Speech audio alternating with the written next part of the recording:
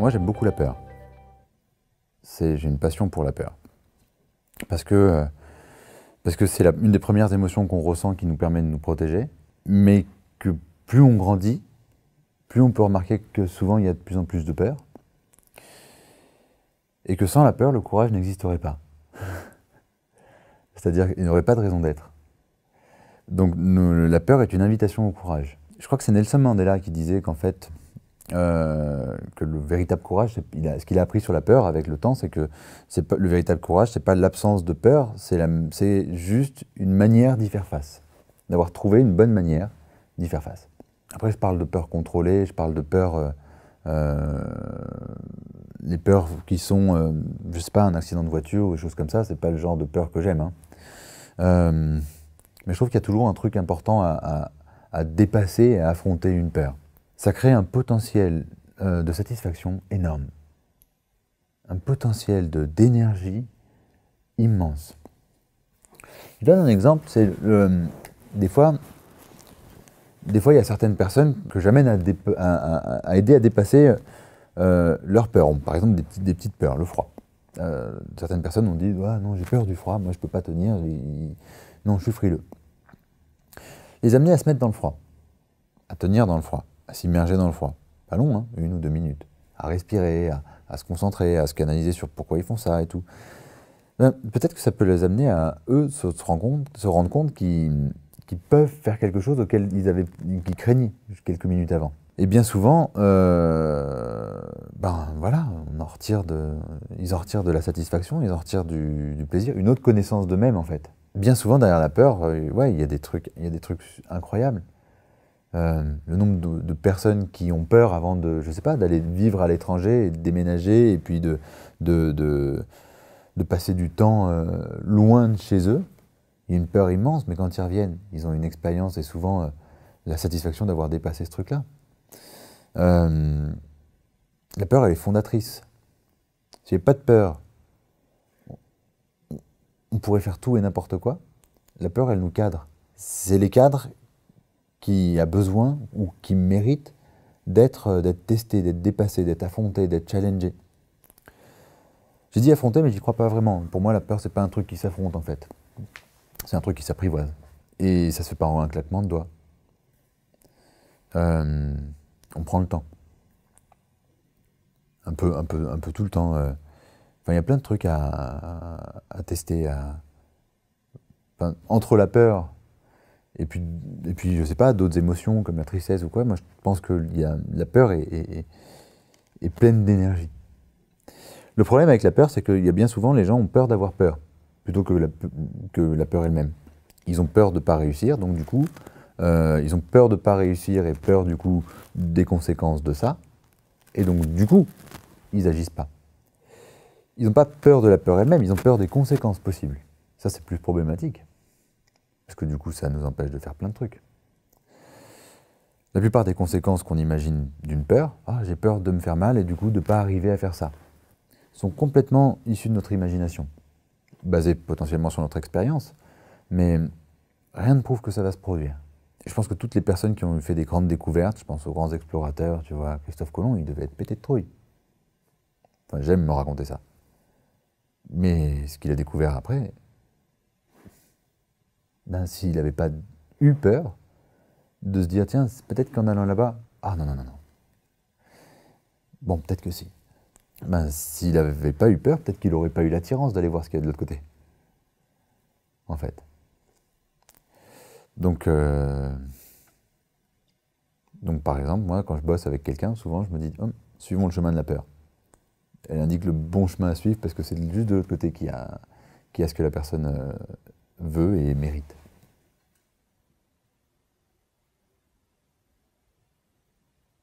Grandir, vieillir, devenir sage. Un peu plus sage qu'aujourd'hui. Ça, c'est clair. Ça, j'ai pu réfléchir beaucoup dans le travail avec la géronto. Moi, j'étais un type, pendant longtemps, je pensais que j'allais crever, que 30 ans, ce serait pas pour moi, quoi. Je suis persuadé. Je me suis dit, de toute façon, mais bon, je savais pas combien j'avais de crédit et j'ai encore suffisamment de crédit pour avoir dépassé la trentaine. et dans le boulot que j'ai fait avec que j'ai eu l'occasion de faire avec ma femme, grâce à elle, parce qu'elle, c'est vraiment son boulot, la géronto, bah, j'étais en contact directement, tiens, bah, justement, avec une peur, la peur de vieillir, en fait. De me dire, waouh, à quoi ça ressemble, en fait, le vieillir, le vieillissement. J'étais confronté à qu'est-ce qui se passe ensuite. Ensuite, au-delà de ce que moi, je m'étais moi-même projeté pour moi-même. Hein? Ouais, au-delà de 30 ans. Je me disais, bon, de toute façon, vieux, tu peux plus faire grand-chose. Et j'ai commencé du coup à avoir l'occasion de bosser avec des personnes âgées, là, à la Salpêtrière, à Charlefoix plus précisément, un neuropsycho géronto, et à rencontrer des personnes surprenantes. Voilà, des personnes certes âgées,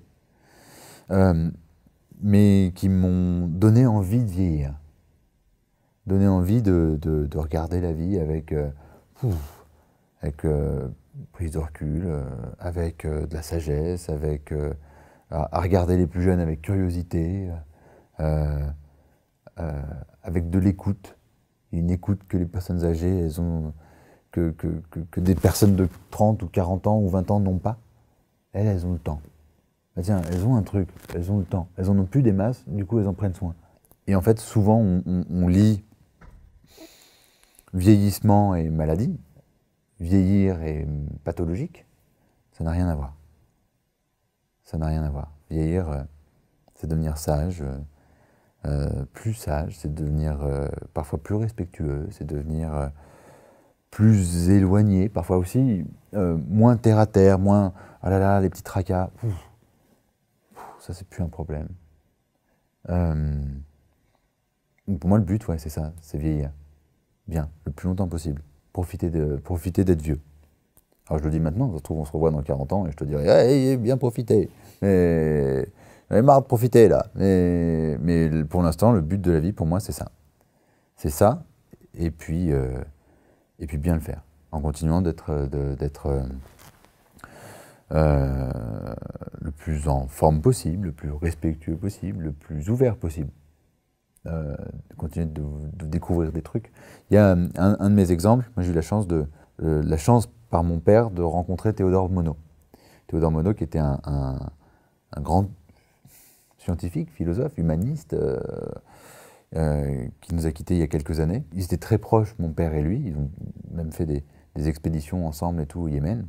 Et Théodore Monod, il dit, le petit peu qu'on peut faire, le tout petit peu qu'on peut le faire, il faut le faire. Et c'est quelqu'un qui était voilà, dans une forme de minimalisme à la fin de sa vie, qui a vécu jusqu'à 98 ans, 99, et qui, jusqu'à la fin de sa vie, ouais, un petit truc par jour, voilà, bien vivre, manger de la bonne nourriture dans son corps, mettre de la bonne nourriture dans ses pensées, en lisant des trucs intéressants, enfin, en continuant de remettre en question le monde, de s'étonner. Ben voilà, c'est des petites choses, et je pense que ça, c'est un but.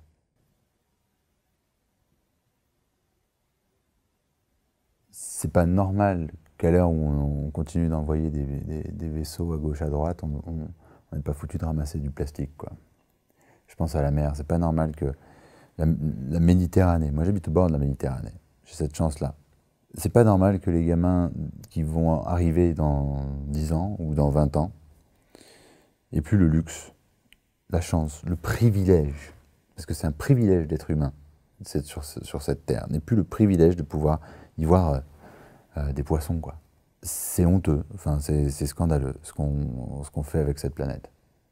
Moi, que ce soit les industries qui vont déverser leurs produits dans la mer ou les arbres qui sont coupés, enfin, moi j'hallucine, quoi. On a toujours pas compris, il y a un océan de plastique qui flotte dans l'hémisphère sud, et bon sang, on attend quoi, en fait, pour penser à l'avenir, quoi. Il va plus rien nous rester, on aura construit des milliers de voitures, des milliers de tonneaux, de barils, de je sais pas quoi, et tout, et un jour on va se retrouver con, avec nos boîtes de conserve, une eau bien moins bonne, plus de poissons. Je suis vraiment pas fier de l'humanité. Et surtout de l'homme moderne maintenant, quoi. Ça...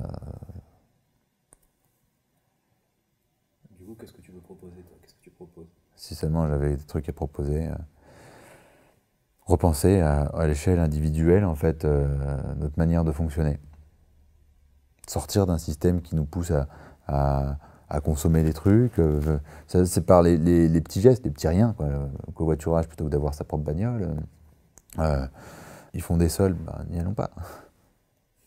Il suffirait d'une saison de solde où personne ne va acheter pour qu'à un moment donné, tiens, les prix de production, le textile, tout ça change, que du coup, à un moment donné, ça a un impact sur plein d'autres trucs. Il suffirait de pas grand-chose. Il suffirait d'une journée, par exemple, où on ne consomme pas. Personne ne va consommer quoi que ce soit. On n'allume pas l'électricité, on ne va pas dans un supermarché, on ne consomme rien, juste une. Pour que, économiquement, il y ait pas mal de trucs à changer. C'est bien la preuve qu'en fait, on a un pouvoir, on n'est pas spectateur de ça. On a l'impression d'être un peu démunis, nous, en tant que citoyens. Oui, mais c'est pas notre décision, c'est la politique et tout. Or, on a notre propre décision. J'aimerais bien voir les personnes qui disent oui, mais bon, c'est pas moi, puis de toute façon, c'est compliqué de penser à l'environnement en étant dans les grandes villes ou des trucs comme ça. J'aimerais bien voir comment ils vont se regarder dans le miroir dans 50 ans, ces gens-là. En disant, quand papa, elle est où la neige? Alors, la neige, en fait, c'est un truc qui a disparu. Comment te dire? Moi, j'ai vu la mer de glace. La mer de glace à Chamonix, c'est donc ce glacier qui descend. On part à Chamonix, on prend le montant vert, on monte avec le montant vert, on va sur la mer de glace, qui est une espèce de langue glaciaire qui arrive vers l'Argentière. En 10 ans, je crois que ça a perdu 15 mètres. À la base, c'est des glaces, on est quand même sur des glaciers qui sont là depuis des millions d'années. Et là, maintenant, ça perd 15 mètres. En 10 ans. À ce rythme-là, les gamins dans 20 ans ne connaîtront pas la mer de glace. Ce truc-là, qui a tenu pendant des milliers d'années, n'est pas foutu de tenir ces 50 dernières années à cause de qui? De nous. Prenons des photos de la neige. On va devoir expliquer ce que c'est un jour à nos enfants en leur disant, tu sais, c'est le truc qui faisait rêver vers Noël, mais bon, on ne sait plus ce que c'est. Donc, qu'est-ce que je propose? C'est de la remise en question perso. Se demander où on en est nous-mêmes. Dans 50 ans, est-ce qu'on sera fier de ce qu'on a fait en tant qu'être humain? Est-ce qu'on sera fier de ce qu'on laissera à nos enfants? Et si ce n'est pas nos enfants, les enfants du mec d'à côté. Pourquoi acheter des bouteilles en plastique? Prenons des bouteilles en verre. Enfin, j'étais en Afrique où il y a beaucoup en Afrique. L'Afrique est couverte de plastique.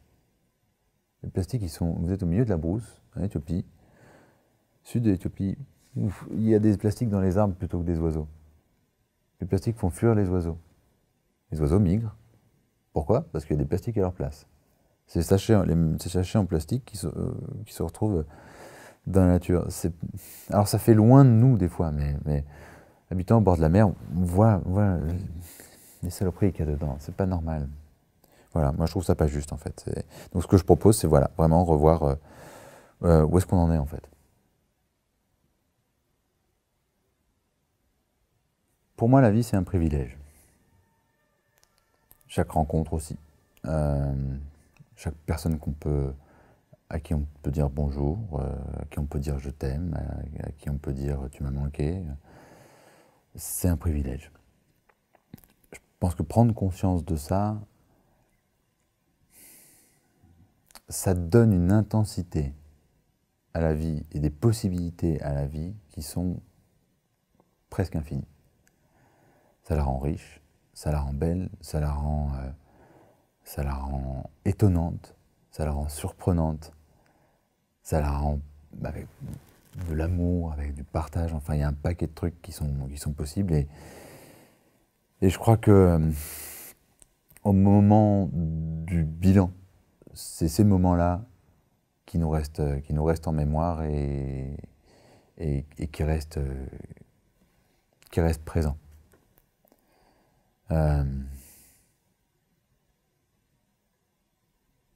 Voilà, moi je sais où sont mes privilèges, quels sont les privilèges que j'ai dans ma vie, ouais. Et je pense que chacun peut se poser cette question-là en fait. C'est quoi mes petits privilèges que j'ai? Et puis se rendre compte aussi que forcément on est aussi un privilège pour d'autres. Ça rend précieux. On est précieux.